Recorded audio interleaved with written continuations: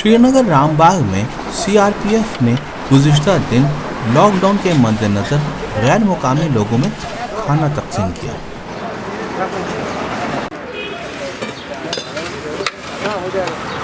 चावल हो जाएगा, दाल कम इसमें क्या है? कितने है?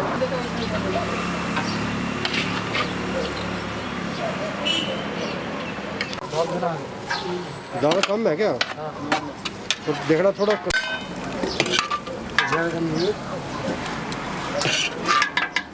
इसमें क्या है? कितने है?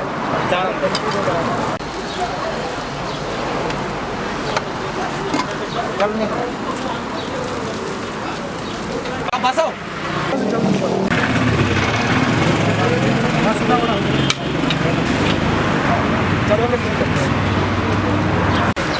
काट दिया।